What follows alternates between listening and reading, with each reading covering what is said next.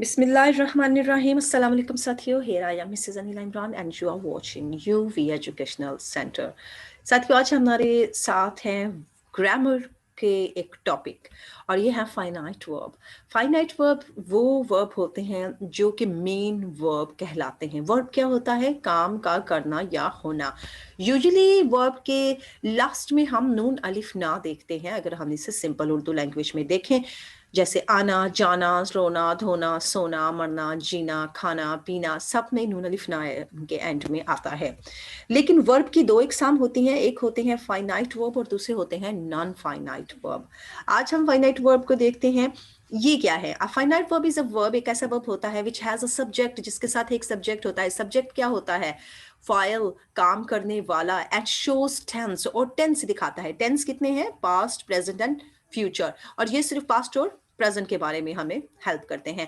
Naina lives in Thailand. Naina Thailand में रहती है. सो प्रेजेंट सिंपल में बात होगी. अब अगर हम इसको देखते हैं और इसमें कौन सब्जेक्ट है? नैना सब्जेक्ट है. नैना कहाँ रहती है? Lives.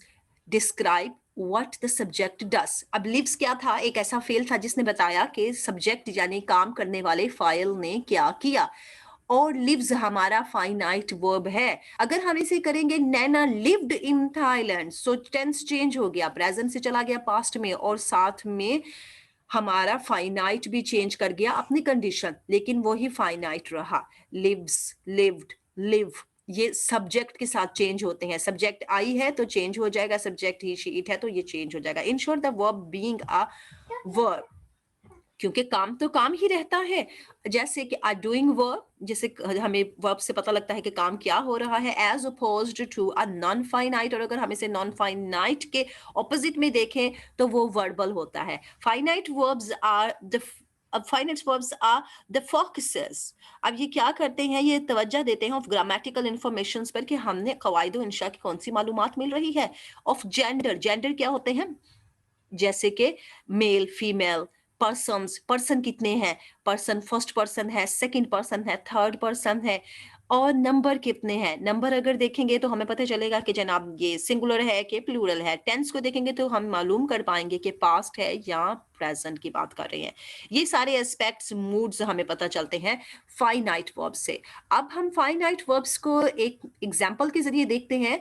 A finite verb agrees with the subject and shows tense. Finite verbs का ताल्लुक फाइल, काम करने वाले के साथ होता है और टेंस के साथ होता है. अगर हम देखते हैं my sister went to school to become a doctor. To become a non fight word है. यहाँ पर वेंट जो है हमारा फाइनाइट वर्ब है.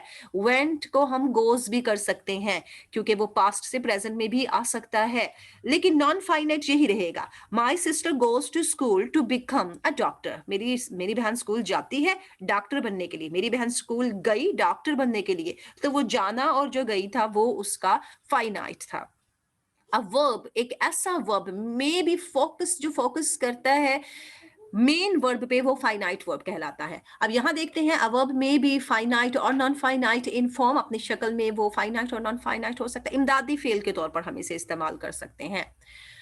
A verb that shows tense, person or number, singular, plural is finite. ये हमने बात की कि हमें उसने बताया कि वो माजी की बात कर रहा है, हाल की बात कर रहा है, कितनी अफराद की बात हो रही है, सिंगुलर पर्सन की या इससे ज्यादा इंसानों की या चीजों की बात हो रही है, तो फाइनाइट वर्ब उसके साथ अपनी हालत चेंज करेगा.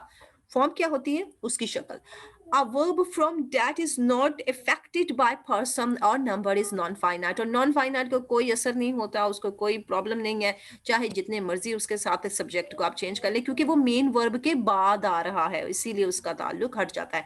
आई क्लाइम ट्रीज, मैं दरख्तों पर चढ़ती हूँ. शी लव्स मैंगोज, वो मैंगोज पसंद करती है. दे वेंट होम, वो घर गए. शी इज ईटिंग फ्रूट, वो फ्रूट्स खा रही है. ये हमारा कॉन्टिन्यूस टेंस बन गया है. यहाँ पर इज जो है हमारा वो फाइनाइट वर्ब है, ईटिंग जो है वो नॉन फाइनाइट है. अब यहाँ बात करते हैं the verb is bold print. अब वो हमारे बताना चाहते हैं कि ये जो बोल्ड प्रिंटिंग में है, इन्होंने अपनी हालत चेंज की है. किसके साथ? पर्सन्स के साथ. वो सिंगुलर थे तो किस हालत में आए, वो सिंगुलर नहीं थे तो किस हालत में आए. एक और डेफिनेशन की तरफ देख लेते हैं. A verb which is limited.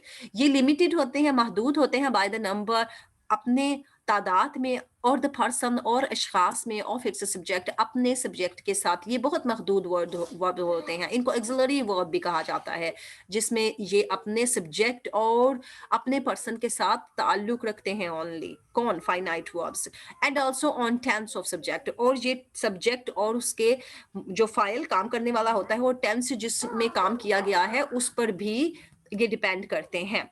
कौन? Finite verb. The form of the verbs depends on it's subject, ये अपने सब्जेक्ट पर डिपेंड करते हैं। सब्जेक्ट हमारे कौन है? दे, ही, यू एंड शी। और हमारे आगे फाइनाइट वर्ब कौन से थे? ये जो रेड में मेंशन हो रहे हैं, play, plays, are playing, was playing. तो आर और वाज जो है वो फाइनाइट है और प्लेइंग, प्लेइंग नॉन फाइनाइट है, क्योंकि नॉन फाइनाइट ने अपनी हालत नहीं बदली। नॉन फाइनाइट को एक दफा फिर देखेंगे तो हमें यही पता चलेगा इसका ताल्लुक है सब्जेक्ट के साथ। अब मैं इंग्लिश स्किप कर रही हूँ क्योंकि ये जो वर्ब होते हैं यूजुअली मेन वर्ब के साथ आते हैं और सेंटेंस और क्लास में इनका यूज करते हैं, और ये चेंज करते हैं अपनी हालत जो ही इनका सब्जेक्ट चेंज हो जाता है। अभी भी वही मिसालें हैं हमारे पास, शी, दे, आई, ही। इसके साथ अगर हम देखते हैं, शी में सिंगुलर पर्सन था हमारा, थर्ड पर्सन, तो वॉक्स लग गया। अब ये भी थर्ड पर्सन है दे, लेकिन ये सिंगुलर नहीं है, प्लूरल है, मोर देन वन है, तो यहाँ वॉक लग गया। तो फाइनाइट ने अपने आप को चेंज किया क्योंकि उसको मदद चाहिए सब्जेक्ट की। सब्जेक्ट कौन है? काम करने वाला। आई स्पीक इंग्लिश, मैं इंग्लिश बोलती हूँ। ही स्पीक्स इंग्लिश, वो इंग्लिश बोलता है। बात वही है, लेकिन सब्जेक्ट के चेंज होते ही हमारा फाइनाइट वर्ब चेंज हो गया। आई लव पैराडाइज, मैं पैराडाइज को पसंद करती हूँ। She loves and pop loved. यहाँ पर वो फर्स्ट वाले दो तो हमारे प्रेजेंट के ही टेंस है, लेकिन हमारा लास्ट वाला जो है वो पास्ट टेंस है। फाइनाइट ने उन पर डिपेंड किया। नॉन फाइनाइट का क्या है? उसका किसी से कोई ताल्लुक नहीं है। वो वाले वर्ब होते हैं जो ना सब्जेक्ट के साथ कोई ताल्लुक रखते हैं, ना टेंस के साथ, ना नंबर के साथ, इनको कोई फर्क नहीं पड़ता है। ये इन्फिनेटिव वर्ब कहलाते हैं और इनमें जुरिंड आते हैं। जुरिंड वही है जो आईएनजी के साथ यूज होते हैं और पार्टिसिपल भी हमारे आईएनजी के साथ ही चलते हैं। इसकी अगर हम एग्जांपल देखते हैं तो फाइनाइट और नॉन फाइनाइट में हमें ये पता चलता है, ये हमारे ग्रीन में पर्सन, ब्लू में नंबर, रेड में सब्जेक्ट, और हम नीचे देखते हैं येलो में तो टेंस। ये सबका असर पड़ता है, फाइनाइट डिपेंड करते हैं इन पर। और नॉन फाइनाइट को पर्सन, नंबर, सब्जेक्ट और टेंस पर कोई डिपेंडेंस नहीं है, ये बिल्कुल डिपेंड नहीं करते हैं। अगर हम कुछ सेंटेंसेस देखते हैं जो फाइनाइट वर्ब हमें बताते हैं, तो ये क्या बताते हैं कि ये मेन वर्ब है हर सेंटेंस के, और इसके अंदर हमें नजर आता है इनका ताल्लुक इनके सब्जेक्ट के साथ। उम्मीद है आपको ये बहुत अच्छी तरह से समझ आ गया होगा। नॉन फाइनाइट की एक और डेफिनेशन आ गई है और इसमें हमें यही बताया गया है कि जो नॉन फाइनाइट वर्ब्स होते हैं वो किसी पे डिपेंड नहीं करते। अभी जो हमने पीछे ग्राफ में देखा, ना उनका सब्जेक्ट से ताल्लुक है, ना उनका टेंस से ताल्लुक है, और ना ही वो किसी और ताल्लुक को सामने रखते हैं। नॉन फाइनाइट वर्ब्स को डिफरेंट तरीके से लिया जाता है। So thanks a lot for watching. Like, subscribe and share our channel. See the links which are appearing on the screen now. Allah Hafiz.